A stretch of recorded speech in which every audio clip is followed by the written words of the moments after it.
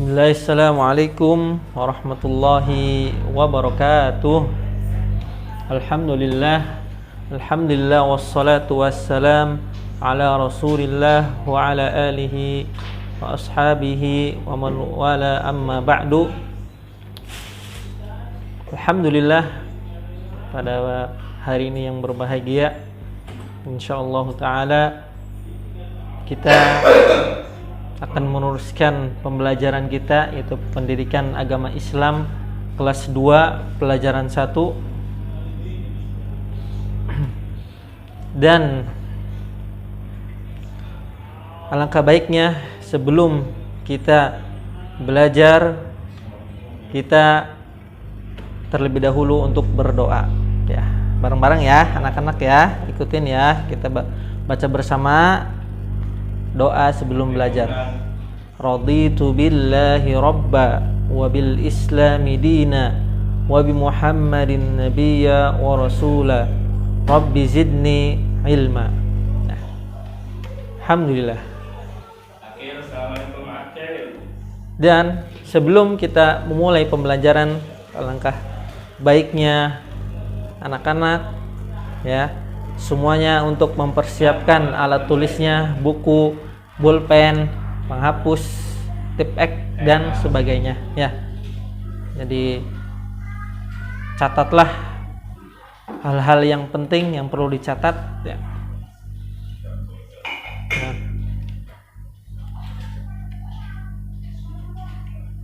Dan kita di sini alhamdulillah pada pertemuan kali ini kita akan membahas tentang Nabi Dawud alaihissalam dan Bani Israel ya.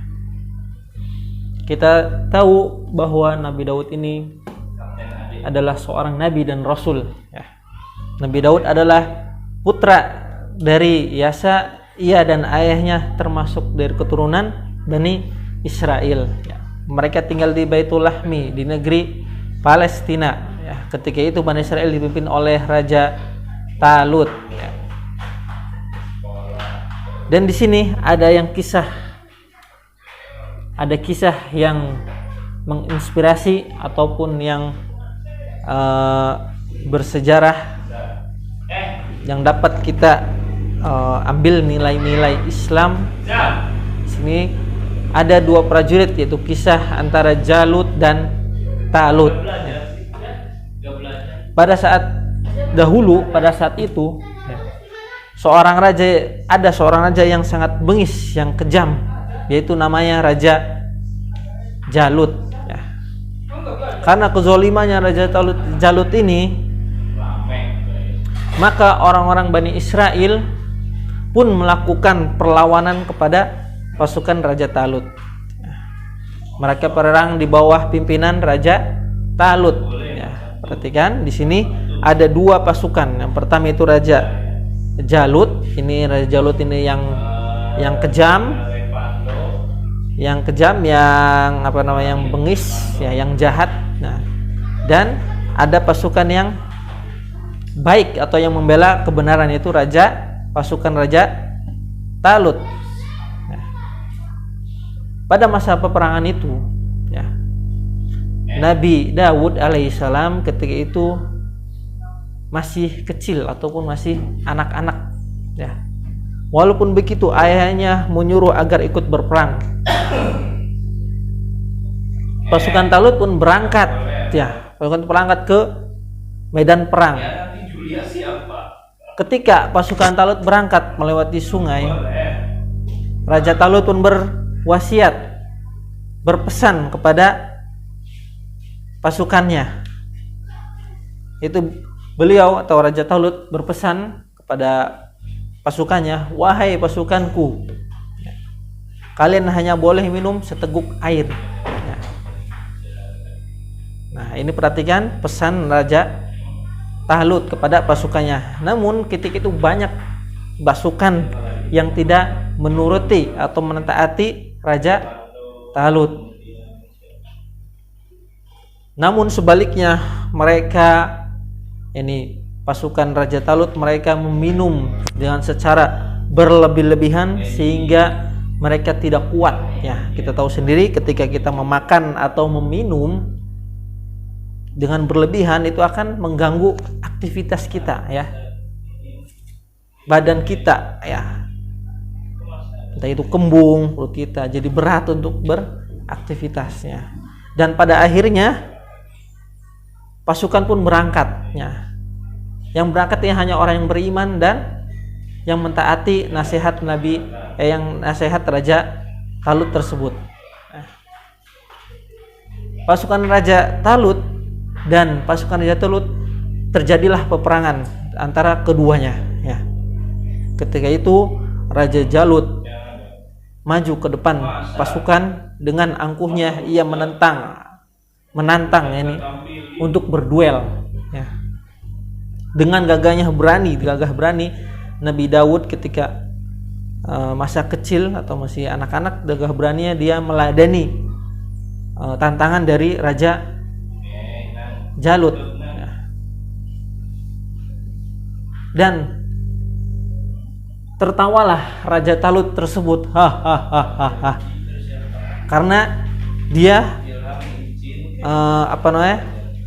ditantang oleh yang meladeni dia anak kecil ya. Jadi Raja Jalut ini tertawa terbahak-bahak karena yang akan menghadapinya adalah anak kecil ya.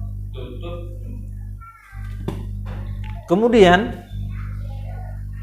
Nabi Daud mengayungkan cambuknya hingga terlilit lehernya seorang Raja Talut tersebut ya. Ketika terlilit sehingga jatuh dari kudanya ya. Ketika itu Raja Jalut ini di atas kudanya. Setelah itu Nabi Daud melemparkan batu hingga mengenai kedua mata Raja Talut dan terbunuhlah Raja Talut. Setelah Raja Talut terbunuh oleh Nabi Daud, seketika pasukan Raja Jalut melarikan diri ya. Pasukan Raja Jalut ini melarikan diri ya, berpencar. Mereka terbirit-birit untuk kabur ya. Nah, itu singkatnya dari cerita Nabi Daud ya, atau dalam masa peperangan kisah Raja Jalut dan Talut. Adapun Nabi Daud alaihissalam sebagai nabi dan raja ya.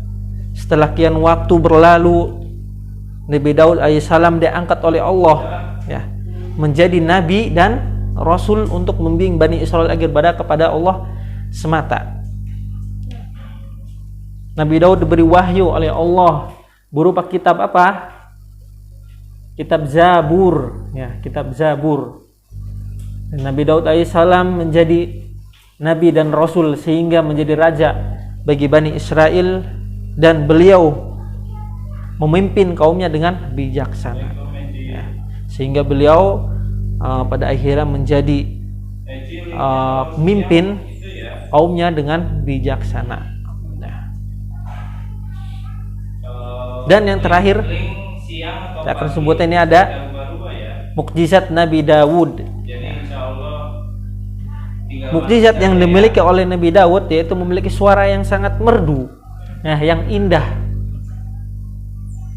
dan dapat melunakkan besi dengan tangannya sendiri. Ya, perhatikan ini mukjizat Nabi Daud alaihissalam, ya, yaitu memiliki suara yang merdu, yang bagus, yang indah, ya, dan dapat melunakkan besi dengan tangannya sendiri. Ya, coba kita perhatikan.